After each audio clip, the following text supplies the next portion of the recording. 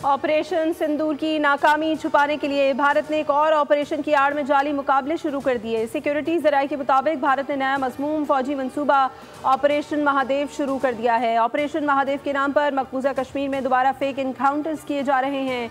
Operation Mahadev का मकसद मकबूजा कश्मीर में तहरीक आज़ादी को कुचलना और अंदरूनी मुल्क सियासी साख बहाल करना है। भारत कोशिश कर रहा है कि किसी तरह ऑपरेशन सिंदूर की खिफत मिटाई जा सके। DGISPR पहले ही आगाह कर चुके हैं। पंजाब असेंबली में अरकान लड़ पड़े। अपोजिशन और हुकूमती अरकान ने एक दूसरे को थप्पड़ मारे। अपोजिशन रुकन खालिद निसार डोगर ने हुकूमती रुकन हसान रियाज को थप्पड़ मारा तो हसान रियाज ने भी खालिद निसार को जवाबी थप्पड़ मार दिया।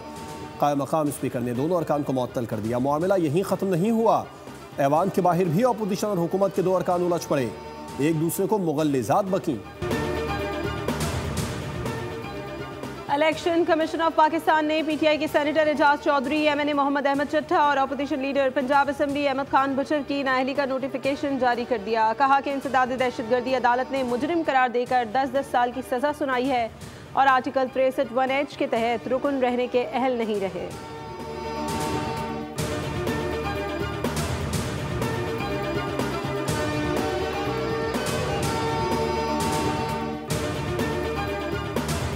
मानसून का एक और स्पेल जमकर बरसने को तैयार। 31 जुलाई तक पंजाब में बादल बरसेंगे। खैबर पख्तूनख्वा, गिलगित बल्तिस्तान और कश्मीर में भी बारिश की पेशगोई। कराची में मौसम अबर आलूद, मुख्तलिफ इलाकों में बूंदाबांदी। NDMA के मुताबिक 24 घंटों के दौरान बारिशों और सैलाब से मजीद 8 अफराद जाँ बहक हो गए। तर्जुमान गिलगित बल्तिस्तान हुकूमत फैजुल्ला फिराक के मुताबिक निजी TV anchor person Shabana Liaquat, उनके शौहर 3 बच्चों की तलाश जारी है। शबाना लियाकत की मलबे तले दबी गाड़ी को बाहर निकाल लिया गया। गाड़ी तबाहशुदा हालत में मिली है। पाक फौज और दीगर इदारों का शारा बाबूसर पर सर्च ऑपरेशन जारी। शारा रेशम और शारा बाबूसर को ट्रैफिक के लिए बहाल कर दिया गया। रावलपिंडी के इलाके पीर वधाई में गैरत के नाम पर जिरगे के हुक्म पर कत्ल की गई नौजवान लड़की की कब्र कुशाई। पोस्टमार्टम में लड़की को गला दबाकर मारने की तस्दीक। लड़की के सर और चेहरे पर तशद्दुद के निशान और मुंह नीला था। मकतूला सिद्रा को 17 जुलाई को जिरगे के हुक्म पर कत्ल कर दिया गया था।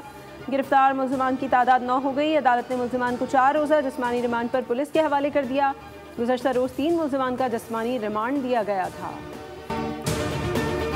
के पूरे पैसे मेरी कंपनी को मिलते हैं तो ये एकदम झूठ है। मैंने आज तक 1 रुपए का माल विस्त को नहीं बेचा है। तारिक फजल चौधरी साहब जो कि वजीर हैं, उन्होंने कि एकदम गैर मंतकी और मलिशियस उसको ऊपर सप्लीमेंट्री पे जवाब दिए या माफ़ी मांगे।